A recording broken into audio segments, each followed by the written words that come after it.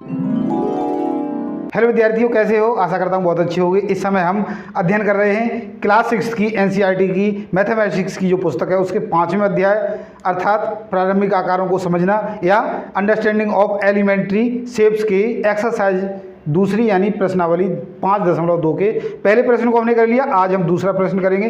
पहले प्रश्न का ठीक उल्टा है। उसमें हमें ये पूछा गया था कि वह इतने से यहाँ से चलकर यहाँ तक पहुँचती है तो कितना भिन्न घूम जाती है। यहाँ पर उसका ठीक उल्टा दिया गया है, तो उसके कॉन्सेप्ट के साथ हम इसको समझेंगे। तो देखते हैं क्या है। एक घड़ी की सुई कहाँ जाकर रुक जाएगी यदि वह 12 से प्रारंभ करे और घड़ी की दिशा में, यानी इस तरीके से, घड़ी की दिशा क्या होती है, इस तरीके से घूमेगी। घड़ी की विपरीत दिशा यानी एंटी क्लॉक क्या होगी, उसके उल्टी घूमे।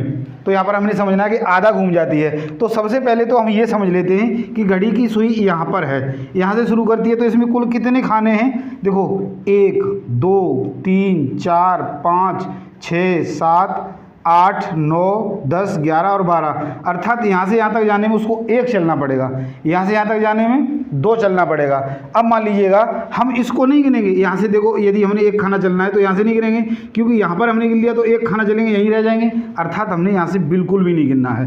कहाँ से? यहाँ से शुरू करना है। मान लीजिएगा आप यहाँ पर खड़े हो और ये 1 मीटर है और ये 2 मीटर है। आपसे ये कहा जाए कि आप 1 मीटर चलो, तो क्या आप यहीं खड़े रहोगे? आपको यहाँ जाना पड़ेगा।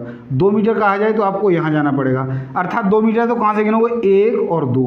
अर्थात इसको हमने काउंट नहीं करना है। जहाँ से हम शुरू कर रहे हैं उसको हम 0 मान के चलते हैं। तो इस कॉन्सेप्ट के साथ अब हम देखते हैं हमारे क्वेश्चन में हमें जो पूछा गया है उसके अनुसार ही हम इसको हल करते चलेंगे। देखो क्या है, 12 से प्रारंभ करें और घड़ी की दिशा में 1/2 यानी आधा घूम जाए तो कुल कितने खाने हैं? जो कुल खानों की संख्या है वो कितनी है हमारे पास? 12 दी है। आधा घूम जाती है अर्थात 2 6 12, यानी 6 पॉइंट्स उसको चलने हैं। 6 पॉइंट्स यानी यहाँ से शुरू करो, 1 2 3 4 5 6, यानी वह 6 पर जाकर रुक जाएगी। यानी घड़ी यदि यहाँ से शुरू करती है तो यहाँ जाकर रुक जाएगी, यानी एक स्ट्रेट लाइन बनेगी। यदि आधा घूमती है तो स्ट्रेट लाइन बनेगी। तो देखो कहाँ पर जाकर रुकेगी? पहले का आंसर हो गया 6 पर जाकर रुक जाएगी। क्या लिखेंगे हम?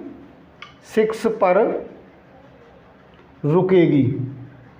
6 पर रुकेगी, पहले का आंसर हमें मिल गया ये। अब अगला पॉइंट है जो हमें पूछा गया है, उसमें हम देखते हैं कि ये घड़ी कहाँ से चलती है? 2 से चलती है।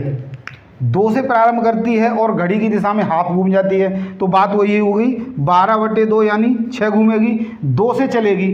तो देखो यहाँ पर थी घड़ी की सुई, तो आधा यानी सीधी लाइन बना दो इसी की तरह कि आधे घूमने में सीधी चलेगी, तो 8 पे आ गई। एक तो हो गया ये। अब यहाँ से गिन के देखो 6, तो 1 2 3 4 5 6, यानी 8 पर जाकर रुक जाएगी। तो यहाँ क्या लिखोगे? 8 पर रुकेगी। तो हमने अभी देखा था कि ये सीधी लाइन बनाती है, तो आधे चलने में कितनी बनाएगी? सीधी लाइन बनाएगी, यानी बिल्कुल स्ट्रेट लाइन होनी चाहिए। इनके बीच में जो एंगल है वो कितने का होना चाहिए? 180 का रिजु कोण होना चाहिए।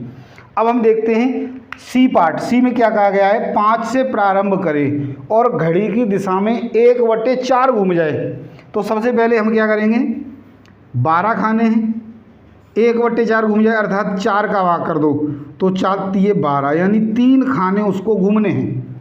कितने खाने चलने हैं? 3 पॉइंट्स उसको आगे बढ़ने हैं। तो देखो कहाँ से प्रारंभ करेगी? 5 से, यानी घड़ी की सुई यहाँ पर थी, यहाँ से उसको 1/4 घूमना है अर्थात 3 खाने चलने हैं, अर्थात 1 2 3, यानी वो घड़ी यहाँ पर आकर रुक जाएगी। किस पर रुकेगी? आकर 8 पर रुकेगी।